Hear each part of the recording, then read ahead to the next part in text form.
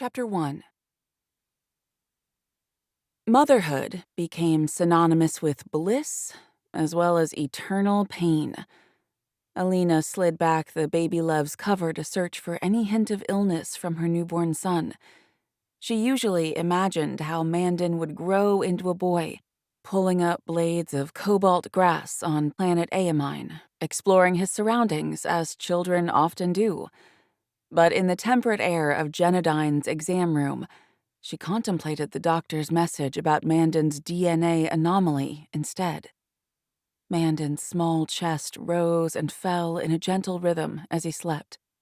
He looked so much like Chance, just as they had planned, with a Roman nose and black curly hair.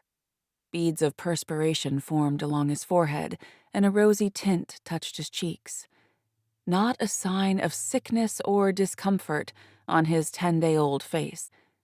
Despite his robust appearance, her pulse quickened as she checked the link on her wrist, noting 10 minutes past their appointment time. Dr. Laughlin bustled in, dressed smartly in her ivory climate suit, her brown hair upswept into a neat roll. "Let's take a look at him, shall we?" Alina pushed her ponytail back, finding her own dark hair annoyingly fine. "I've been feeding him every 2 to 3 hours like the nurse instructed, and he's eating very well." She gently laid Mandan on the egg-shaped exam table, designed to cup his body, and sat back down. The pediatrician brushed her fingertips over Mandan's fontanelles, inspecting his soft spots. He stirred, waking from her prodding. The embedded sensors in the table glowed blue along its length. As Alina watched, she reminded herself she did everything right. Everything that Genodyne had asked of her in taking care of her health. Her fingers wrestled with one another in her lap. "How is our son doing?" Chance asked. Alina brushed Chance's hand with her fingertips, and he grasped it, rubbing his thumb across her knuckles. She tried to take comfort in her boyfriend's strong profile. Dr. Laughlin scrolled through the readings on the inset table screen. "Gaining weight. He's developing quite nicely." A slight smile spread across her face. "Now, about his test results?" Alina scooted forward in her seat, her boot heels lifted off the floor.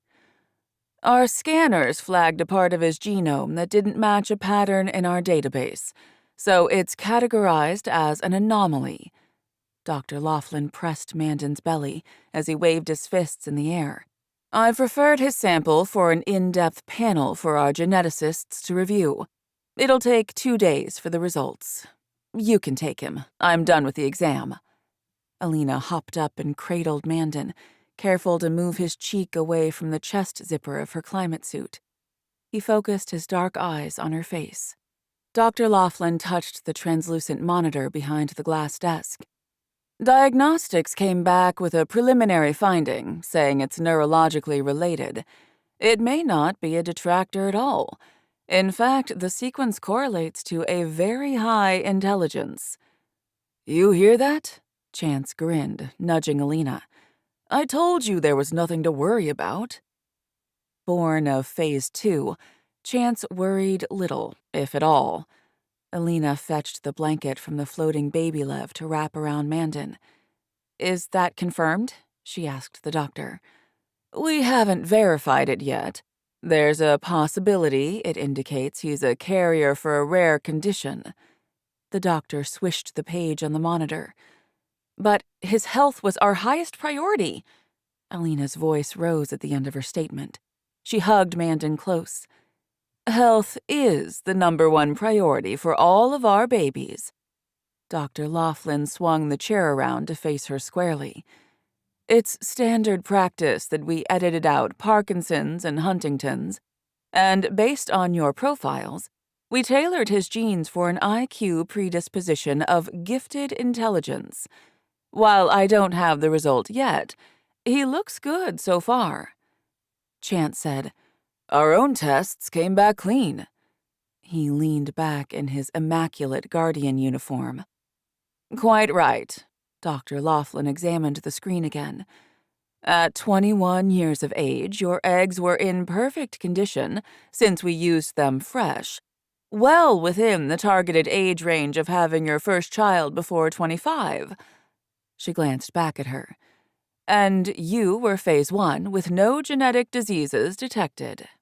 While Alina had rated excellent health, the reminder she possessed no additional enhancements provided little comfort. Her hand brushed over her stomach, and the memories of soreness from her egg harvesting returned. There was no chance of any radiation leak. A few gamma storms hit this past spring. No alerts were triggered during his gestation. I have his recording right here. The doctor swiveled the monitor toward them. The video focused on the womb of a genetically modified pig. 6 distinct babies occupied its uterus, within their own amniotic sacs and cords, giving them the required biological feedback from the sow's placenta. Recognize him? Mandan is here, top right. Dr. Laughlin switched to close-up mode. The readings are along the bottom, and no radiation was detected. Alina's spirit softened as she glanced down at Mandan, comparing him to his embryonic self on the monitor. On the video, he was sucking his thumb. Dr. Laughlin tapped a stylus on the monitor. You can tell him apart from the others by the dimple in his chin, like you wanted. Alina touched his chin cleft, similar to her own. She knew the attributes they had chosen for him by heart: a high spatial intelligence, fast twitch muscle fibers, and a disposition for numbers. Nevertheless, a tiny flutter tickled her chest.